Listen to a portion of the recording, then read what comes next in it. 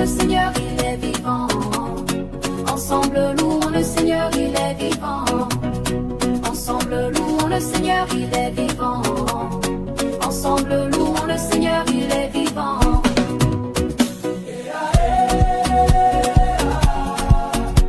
Louons le Seigneur, il est vivant.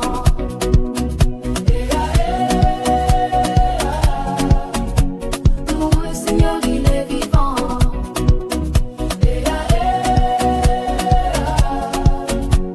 Louons le Seigneur. Bonjour mes amis, pour rebondir sur la chanson de ce matin, elle a fait un bébé toute seule. Il ou elle élève un bébé tout seul. Comment ça marche? Quel quotidien? Quelle vie pour un parent solo?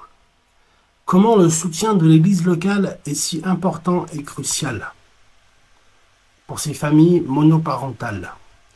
Dans ces années un peu folles où les papas ne sont plus à la mode, à cause de l'individualisme, où la mère choisit le père de son choix pour ses gènes, son signe astrologique ou autre. Du coup, la mère ou le père court toute la journée, et ce, de décembre en été. De la nourrice à la babysitter, des paquets de couches au biberon de 4 heures, elle ou il est angoissé du film du soir jusqu'au petit déjeuner le lendemain matin. Et j'en passe, et des meilleurs. Il est vrai qu'avec l'argent, on achète tout sauf le bonheur. Comment Dieu peut vous aider dans une telle situation? Voici le témoignage d'une maman solo avec 3 enfants de 11, 12 et 10 ans.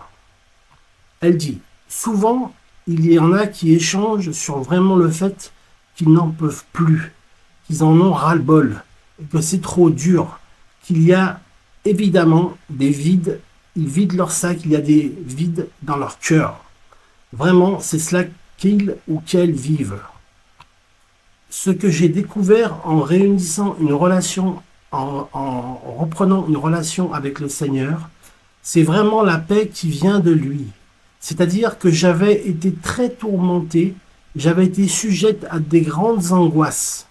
Ça a été pour moi un chemin de paix et de joie, mais profond surtout. Enfin, une paix incommensurable que j'avais perdue et que je ne connaissais plus. C'est ça que j'ai vécu, oui. Si la foi est une aide, c'est parce que la foi est souvent comparée dans la Bible à un rocher, c'est-à-dire un point d'appui, et ce point d'appui, c'est la ferme assurance qu'avec Jésus-Christ, je ne suis plus jugé. Je ne suis plus condamné. Et donc, je m'appuie sur Jésus, c'est pour avoir comme une ouverture d'esprit. On a vu dans ce reportage que cette sœur en Christ a rencontré d'autres personnes, l'église locale, la famille de Dieu. Eh bien, on est à l'aise de parler avec d'autres personnes. On crée des liens parce qu'on sait qu'on n'est pas jugé, on sait qu'on n'est pas condamné. Et je crois que la foi permet de prendre le large par rapport à la vie quotidienne. Amen. Par rapport aux obligations, et puis ça permet aussi d'ouvrir son cœur, de rentrer dans son être intérieur pour demander à Dieu ce qu'il faut faire, pour accompagner mon enfant bien-aimé, qui m'est confié lorsque je suis seul pour aider à avancer, pour l'aider à avancer. Et je crois que c'est très important que l'Église joue un rôle central et dans ma vie. Moi, j'aime beaucoup l'expression d'un pasteur, vivre dans l'Église. Cela veut dire, vivre dans l'Église, c'est vivre dans la famille des familles.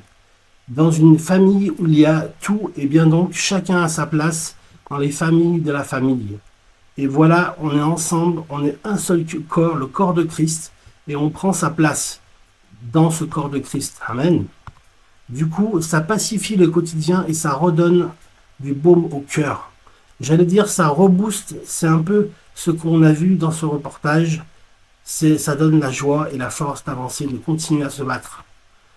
La situation du papa ou de la maman en solo est délicate et doit être confiée à Dieu.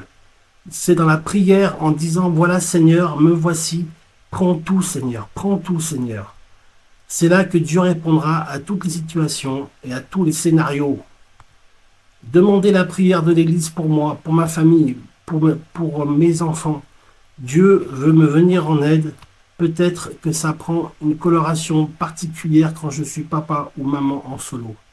Que Dieu vous bénisse particulièrement les papas et les mamans en solo. Amen.